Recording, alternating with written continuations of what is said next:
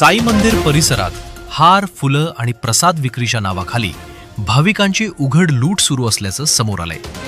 मंदिरात प्रवेश करताच काही एजंट भाविकांना गाठत 2 मिनिटात दर्शन, VIP प्रवेश, विशेष पूजा, पार्किंग व्यवस्था अशी आमिष दाखवत थेट ठराविक दुकानांमध्ये नेत त्यांना ठगवले जाते. श्रद्धाळू भाविकांवर मानसिक दबाव टाकत महागड्या हार, फुलं आणि प्रसाद खरेदी करण्यास भाग पाडलं जात असल्याचे आरोप होत आहेत. अनेक भाविकांकडून अवाजवी दर आकारले जात असून काही ठिकाणी 200 रुपयांच्या सामानासाठी तब्बल 2000 रुपये घेतले जात असल्याच्या तक्रारी नगर परिषदेकडे प्राप्त झाल्या आहेत. या गंभीर प्रकाराची दखल घेत शिर्डी नगर परिषदेनं आता कठोर कारवाईचा सपाटा सुरू केलाय. फसवणूक करताना आढळलेल्या दुकानांवर थेट सीलची कारवाई केली जात आहे. पहिल्यांदा गैरप्रकार आढळल्यास 5000 रुपये दंड आणि दुकान 7 दिवस सील. दुसऱ्यांदा 10,000 रुपये दंड आणि दुकान 15 दिवस बंद. तिसऱ्यांदा 25,000 रुपये दंड आणि 1 महिना दुकान सील. तर त्यानंतर प्रत्येक वेळी दंडाची रक्कम वाढवत दुकान महिनाभर बंद ठेवण्याचा इशारा प्रशासनानं दिलाय. दुकानदारांना सक्ती करण्यात आली की त्यांच्या दुकानामध्ये ते रेट बोर्ड दर्शनी भागात लावावेत. या उपरही आपण काही फुल विक्रेते जे आहेत त्या फुल विक्रेत्यांनी जास्त किमतीला फुल हार असेल म्हणजे अगदी 200 रुपयाचा हार अगदी 1700, 1800 किंवा 2000ला विकण्याचे काही प्रकार हे अपवादानं घडतात खरं तर, परंतु ते प्रकार निदर्शनास आल्यानंतर आपण त्याच्यावर कारवाई केली.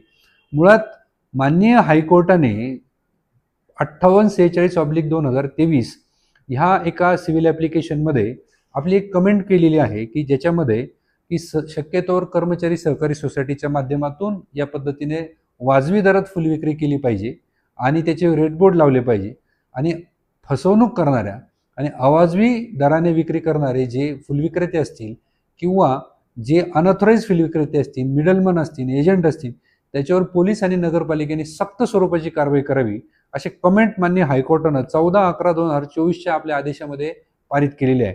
माननीय हायकोर्टाच्या या कमेंटला किंवा या आदेशाला प्रतिसाद म्हणून नगरपालिकेने आपला 25/7/2025 रोजी एक ठराव पारित करून कारवाईबाबतचं एक धोरण आपण निश्चित केलेलं आहे. 25/7/2025 रोजी आपण ज्यावेळेस प्रशासक होतो त्यावेळेस केलेलं आहे.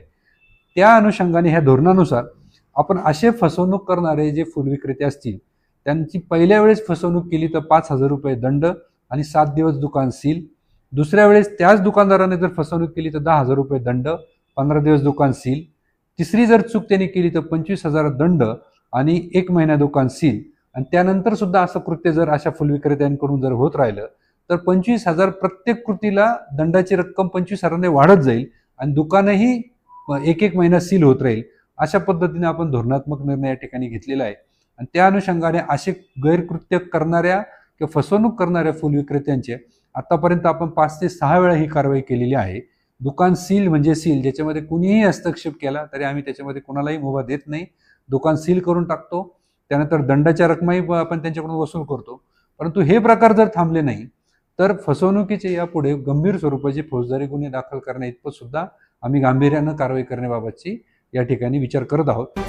विशेष म्हणजे नगर परिषदेकडून मंदिर परिसरात अधिकृत दरपत्रक लावण्यात आलेलं आहे.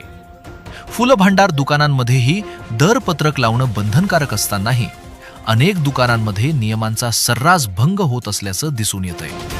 ज्या दुकानांमध्ये भाविकांची सर्वाधिक लूट होत असल्याच्या तक्रारी आहेत त्या दुकानांमध्ये दरपत्रकच गायब असल्याचं वास्तव समोर आलंय.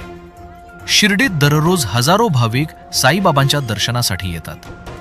साईबाबांवरील श्रद्धा आणि भक्तीचा गैरफायदा घेत काही जणांनी अक्षरशः लुटीचं रॅकेट उभं केल्याचं बोललं जातंय.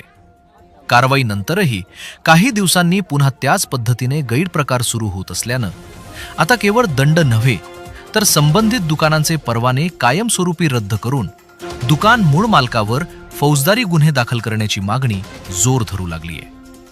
साईबाबांच्या नावावर श्रद्धेचा बाजार मांडून भाविकांची फसवणूक करणाऱ्यांवर जर कायमस्वरूपी कठोर कारवाई झाली नाही तर साईनगरीची प्रतिमा अधिकाधिक मलिन होण्याचा धोका नाकारता येत नाही.